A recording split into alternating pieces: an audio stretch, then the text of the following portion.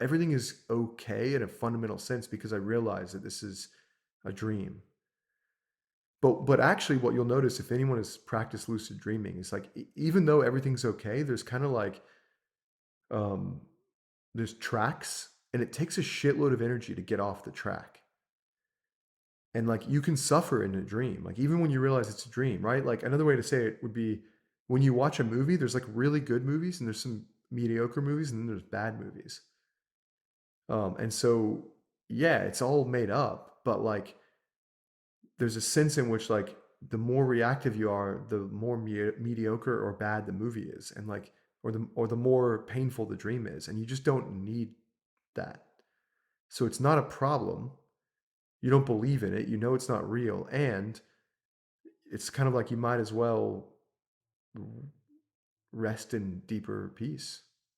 There's a continual kind of set feeling of unfolding into more and more of that. Like it's not a problem. And then you look around and you're like, whoa, I've been making so many things a problem, even though I thought they weren't a problem. And there's like another layer that lets go. And you're like kind of like you said, you're like, oh, I'm everything. I identify with everything. And then you look and you're like, whoa, I'm not actually like everything that I am is actually nothing. And the only reason I knew there was an everything is because I was feeling into the nothing, right? Like if I know that I'm here, like we've talked about, knowing here-ness requires me to know not here. And so I'm like feeling every time I feel here, I feel not here. I'm like, what? And so I'm like, fuck, I'm actually notness. I'm like non-being. And that's what all me and everything is. And then you're like, well, wait, I'm not being. I guess I'm both or neither, or that doesn't make sense. And then the language starts to break down, and then experience is just like happening. And then it seems like it could be that these layers are infinite. There's like an infinite deepening of like, whoa, I thought I knew what was going on. I thought I knew what reality was. But it's so much more. It's so much deeper. It's so much wider. It's so much more. Uh, I even saying more is not right, right? Even saying deeper is not right. It's so much more superficial. And like that's beautiful and good and part of it too. It's so much less, and that's part of it too. Like, right? These you can't and um yeah, so I think there's some kind of like infinite quality to that. It may end. I mean, maybe the disappearance of the universe is the end. Somewhere in A Course in Miracles, they ask this question of like, what is reincarnation so? And I really love the way that the Course answers it. It's really indicative of like how I think to deal with this question of like living, transcending, and including the world. The Course's answer is like, if believing in reincarnation helps you find God, believe in it. If it doesn't, don't. Because it's all made up anyway. The question is in the world of form. So any answer that we give is going to basically be fake.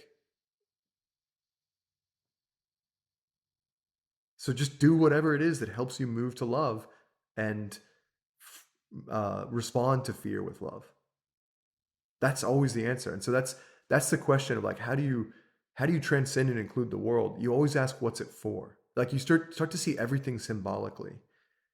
And this is fun too, by the way. It sounds like it's not like oh, I've got to like do some deep contemplation of it's like I watch Marvel movies and I'm like blown away by like the symbolic significance of them. Or one of my favorites that people have heard me talk about before is Babe the Pig or Lego Batman. Like these movies I think are so fucking deep. They're so good.